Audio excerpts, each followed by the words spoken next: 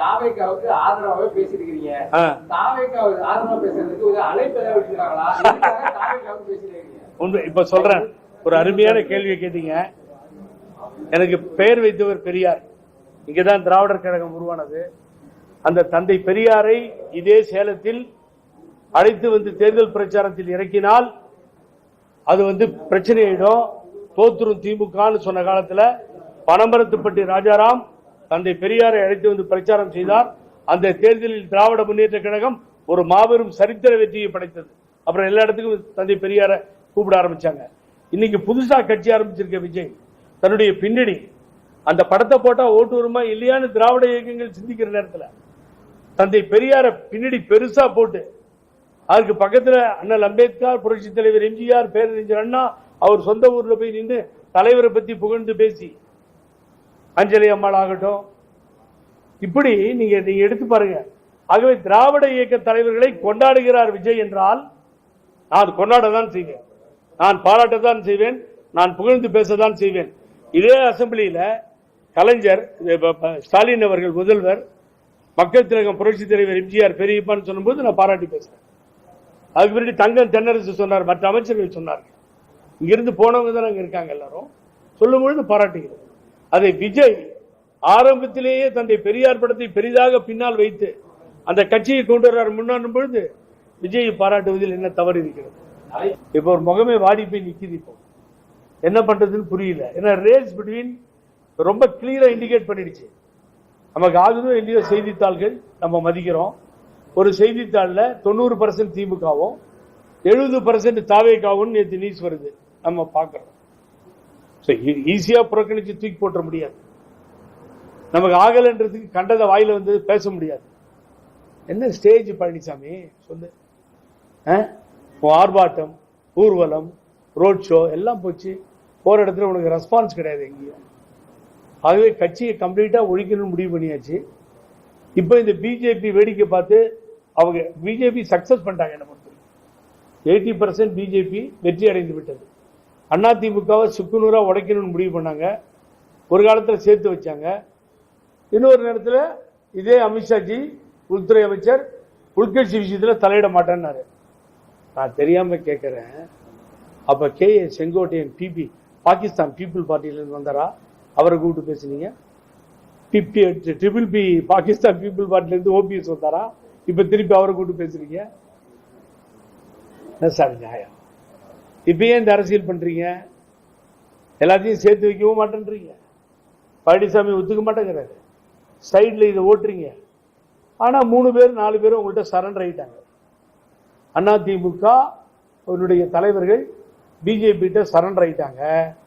சரண்டரான எந்த தலைவர்களையும் அதிமுக வானோங்கி பறக்கின்ற வள்ளல் கொடி ஏந்திய தொண்டன் ஏற்றுக்கொள்ள மாட்டான். உங்களுக்கு புரிஞ்சிருக்க, மத சார்புள்ள எந்த இயக்கத்தையும் தூக்கி எறிவோமே தவிர நாங்கள் ஏற்றுக்கொள்ள மாட்டோம். இதுதான் அதிமுக தொண்டனுடைய முடிவு.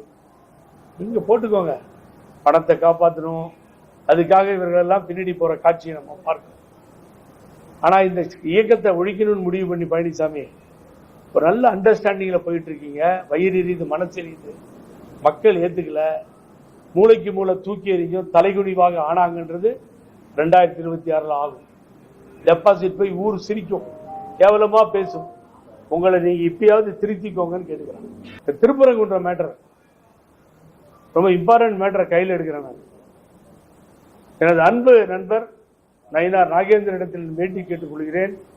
நீங்க பிறந்தது வளர்ந்தது அதிமுக. உங்களுடைய இரத்த ஓட்டத்தில் கலந்திருப்பது திராவிட இயக்கத்தினுடைய கொள்கை கோட்பாடுகள். அயோத்தியா மாதிரி ஆகக்கூடாதான்னு கேட்குறீங்க. அந்த அயோத்தியாவில் மக்கள் என்ன ரிசல்ட் கொடுத்தாங்க தெரியுமா? சந்திரபாபு நாயுடுவும் இன்னொருத்தர் முதலமைச்சர் நிதிஷ்குமார் 2 காலில் நிற்கிற மத்திய அரசு மோடி அரசுக்கு அங்க தோல்வியை கொடுத்தார்கள் மக்கள். எந்த அயோத்தியாவில் கல் நட்டீங்களோ, அங்க கோயிலை கட்டிங்களோ, தோக்கடித்தார்கள் அந்த மக்கள். அயோத்தியான்னு சொல்லாமா நீங்க அந்த வார்த்தையை? இங்க இருக்கின்ற அருமை உடன்பிறப்புகள் உங்களோடு பிறந்தவங்க இங்க தமிழகத்தில். நாயனார் நாகேந்திரன் இன்னொரு தடவை அந்த வார்த்தையை யூஸ் பண்ணாதீங்க.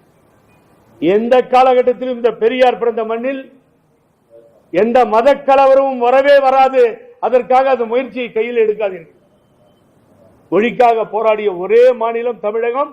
1965 உலகத்திலே கிடையாது. நெக்ஸ்ட் பங்களாதேஷ். இங்க அந்த வேலையே வேண்டாம். நீங்க பிறந்து வளர்ந்த இடத்தை பாருங்க, தலைவர்களை பாருங்க, தந்தை பெரியாரை திரும்பி பாருங்க, பேரறிஞர் அண்ணாவையும் புரட்சி தலைவர் எம்ஜிஆரையும் பாருங்கள். அம்மா கொடுத்த பிச்சை தான் இன்றைய தினம் வளர்த்து உங்களை பிஜேபி தலைவராக்கி இருக்கிறது. சொல்லவே சொல்லாதீங்க. அயோத்தியா மதுரை மக்களை பொறுத்தவரை அங்க இருக்க இஸ்லாமிய சகோதரர்களையும் சரி, அங்கிருக்கின்ற இந்துக்களையும் சரி, அங்கிருக்கின்ற கிறிஸ்துவ மக்களையும் சரி, நான் பாதம் பணிந்து வேண்டி வணங்குகிறேன். ஏன்னு கேட்டீங்கன்னா, எந்த மதத்தை சார்ந்தவர்களும் இதை கையில் எடுத்து இஷ்யூ பண்ணி கலாட்டாவில் இறங்கவே கிடையாது. எல்லாரும் அமைதியா இருக்காங்க. பெஞ்சில் ஒரு தீர்ப்பு வருது, சிங்கிள் ஜட்ஜ் ஒரு தீர்ப்பு கொடுக்கிறாரு, வக்கீலுக்கு தெரியும். அது அடுத்து சுப்ரீம் கோர்ட் போயிடுச்சு. என்னை பொறுத்தவரை நான் தமிழக அரசிடம், முதல்வரிடம் வேண்டி கேட்டுக் கொள்கிறேன். அயோத்தியாவை கோயிலை இடிக்க அத்வானி போன காலத்திலே இருந்து, அவர் விபி சிங்கால் கைது செய்யப்பட்டு தடுக்கப்பட்ட காலத்திலிருந்து பிரதம மந்திரி அனுமதிக்கவில்லை. விபி சிங் ஆட்சியிலிருந்து தூக்கி எறியப்பட்டார். பரவாயில்லை அப்படின்ட்டு போயிட்டார். மாபெரும் வரலாற்று சிறப்பு மிக்க தலைவர்.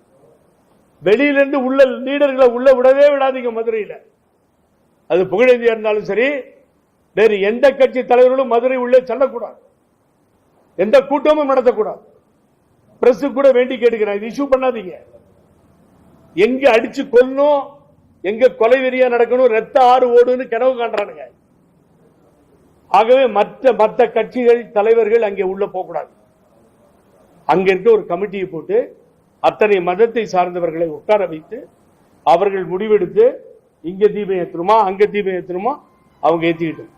ஆகவே இல்லாத பிரச்சனையை உருவாக்கி குளிர்காய வேண்டாம்.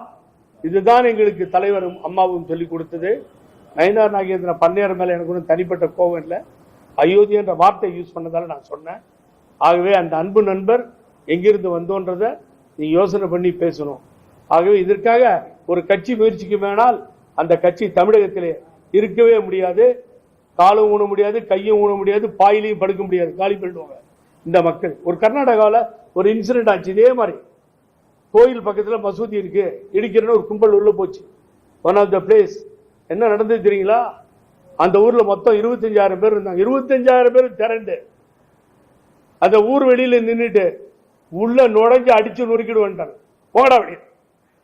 இங்க நாங்க மசூதிக்கு போறோம், அவங்க கோயிலுக்கு வராங்க.